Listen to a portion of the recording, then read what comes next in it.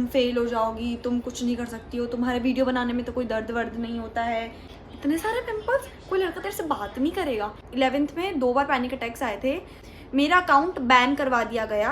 Hi guys, welcome back to my YouTube channel. तो आज मैं करने वाली हूँ एक नेचुरल सा मेकअप लुक, तो मैं बीच बीच में अपनी स्टोरी भी बताती जाऊंगी। So let's get started. Moisturiser लगा लिया है पहले ऑफ कैमरा, और लिप बाम भी लगा ली है। अभी मैं लगाने वाली हूँ प्राइमर, क्योंकि मेरी स्किन बहुत ज़्यादा ही ड्राई है। बताती हूँ अपने बारे में।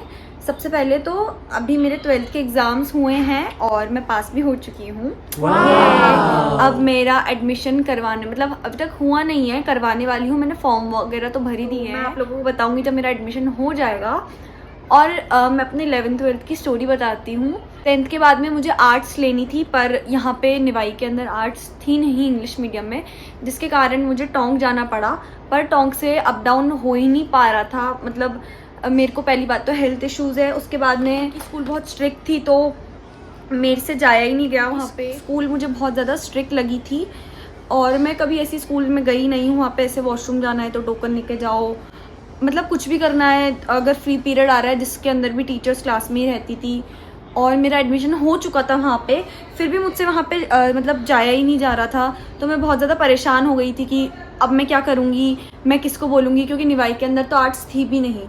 फिर मैं वहाँ पे 3-4 दिन गई थी, मतलब पहले ट्रायल के लिए मैं 3-4 दिन गई थी, उसके बाद मैं एडमिशन के बाद में 3-4 दिन गई थी। तो मेरे को फिर रियलाइज़ हुआ कि नहीं यार, मेरे से तो नहीं हो पा रहा है, क्योंकि शायद टोंक 40 किलोमीटर्स दूर है निवाई से। हाँ, मतलब शायद 40 किलोमीटर्स नहीं, मतलब जाने में शायद 40 मिनट्स लग जाते थे जाने में। और बस में जाते थे हम लोग, स्कूल की बस लेने आती थी। यहाँ से बहुत सारे जने भी जाते थे, पर मेरे से फिर भी नहीं हो पा रहा था, पता नहीं। फिर मैंने सोचा कि मैं निवाई के अंदर एडमिशन करवा लेती हूँ, पर यहाँ पे आर्ट्स नहीं थी तो मैंने कॉमर्स के अंदर एडमिशन करवा लिया। और मैथ्स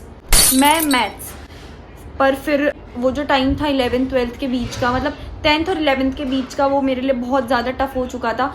मुझे लग रहा था चलो अभी तो कुछ कर लो अपन को, क्योंकि मैं जा ही नहीं पा रही थी और मैं इतनी ज़्यादा बीमार रह रही थी। फिर जब 11th शुरू हुई तो मेरे को मेरे को सर्वाइकल हो चुका था, तो उसकी वजह से मेरी बैक में बहुत ज़्यादा पेन रहता था।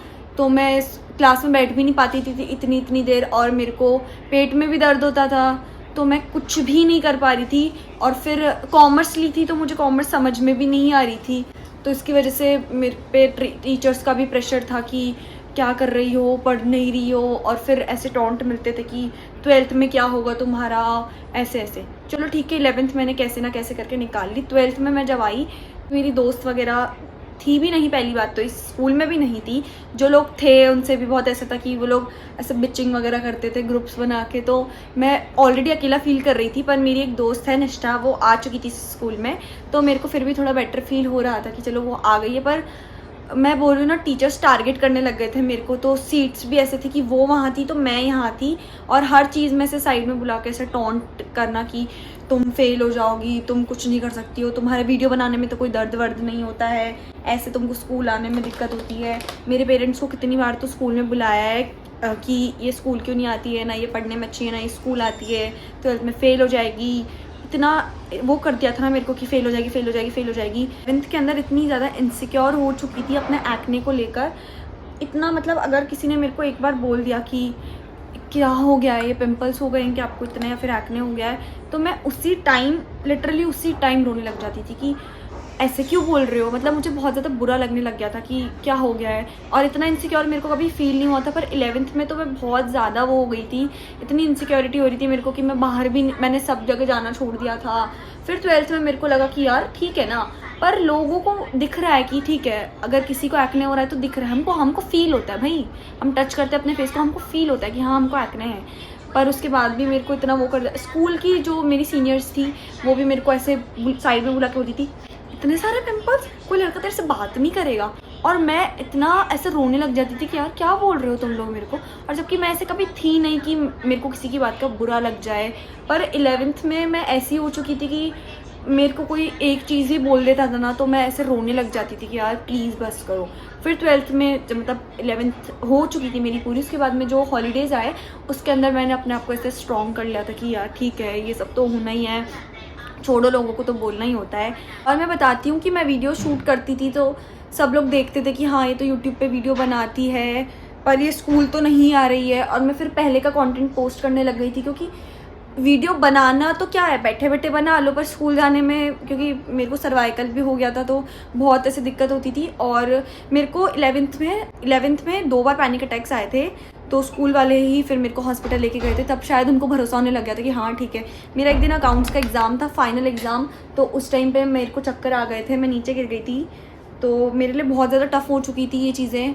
पर फिर भी मैंने देखा कि चलो कोई बात नहीं, अभी 2 साल निकालने मैं कैसे ना कैसे करके निकाल ही लूँगी। हाँ, तो अब मैं बताती हूँ मेरे वीडियोस बनाने का स्ट्रगल क्या था। मैं 5 साल से ज़्यादा हो चुका है, मैं टिकटॉक पे भी थी, मैं टिकटॉक पे भी वीडियो शूट करती थी। और जब मेरा टिकटॉक का अकाउंट ग्रो होना शुरू हुआ था तभी टिकटॉक बंद हो चुका था, तो टफ़ था मेरे लिए बहुत ज़्यादा। उसके बाद में यूट्यूब पे भी अगर आप मेरे चैनल पे जाके देखोगे तो मेरी 5 साल पहले की तो वीडियो है ही सही मेरे चैनल पे। और मैं टिकटॉक भी चलाती थी। टिकटॉक पे भी मेरे अच्छे खासे फॉलोअर्स और लाइक्स वगैरह आ चुके थे। उसके बाद में मैं हमारा जो ऊपर वाला रूम है वहाँ पे जाती थी, और वहाँ पे फ़ैन भी नहीं था, कुछ भी नहीं चलता था, ऐसे पीछे ऐसे कपड़ा ऐसे पकड़ती थी, 3-4 मतलब ऐसे कुर्सी लगाती थी और उस पर फ़ोन रखती थी और वीडियो शूट करती थी। जैसे तो मेरे मिलियन में फॉलोअर्स हैं, मिलियन में सब्सक्राइबर्स हैं, हाँ लोग मुझको देखना पसंद कर रहे हैं, पर कुछ भी नहीं था, मतलब एक जना भी नहीं देख रहा होगा मेरे को। मैं फिर भी शूट करती थी कि हाँ क्योंकि मुझे पसंद है। और मैं सिर्फ एक फ़ोन लाती थी, उससे फ्लैश लाइट चालू करती थी और एक इससे ट्रांजिशन वीडियो बनाती थी कि हाँ यार मेरे को करना है। तो मतलब ऐसा था कि अगर कोई देख भी नहीं रहा है स्टिल मेरे को करनी है, मेहनत करनी है।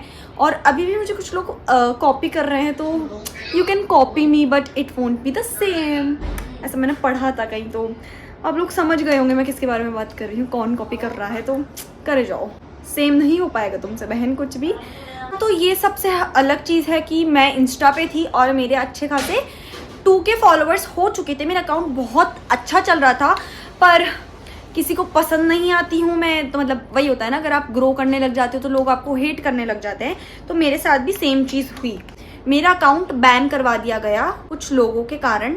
तो मुझे पता भी चला वो किसने करवाया, पर वो पूरी तरीके से हट चुका था, मतलब सस्पेंड ही हो चुका था एक तरीके से, तो मैं कुछ नहीं कर पाई थी। उसके बाद में एक टाइम था जब मेरा स्नैपचैट का अकाउंट भी बैन हो चुका था, वो तो मुझे नहीं पता था वो किसने करवाया है, पर ऐसा था कि सब कुछ अच्छा चल रहा होता है फिर मेरे अकाउंट्स ही बैन हो जाते हैं। तो मैं उस टाइम बहुत वो हो चुकी थी कि पहले टिकटॉक वालों ने बंद करवा दिया, मतलब जिसने भी करवाया, फिर मेरे इंस्टा का अकाउंट हटवा दिया। रोना क्या है? अपनी हॉबीज़ के बारे में बताती हूँ। मुझे मेकअप करना बहुत अच्छा लगता है। मैं मेकअप भी मतलब शायद मैं कितने साल की थी मम्मी, बचपन से ही मैं मेकअप करती आई हूँ। मैं फ़ोटोज़ ऐड कर दूँगी, उसमें मेरे यहाँ पे ऐसे ग्लिटर ऐसे लिप ग्लॉस, आईज पे आई शेडो, इतना ऐसे मेकअप करके रहती थी मैं, क्योंकि मेरे को मेकअप करना बहुत पसंद है। और मतलब वही आर्ट एंड क्राफ्ट पसंद है, तो मैंने अपना नेल्स का बिजनेस भी शुरू कर दिया है।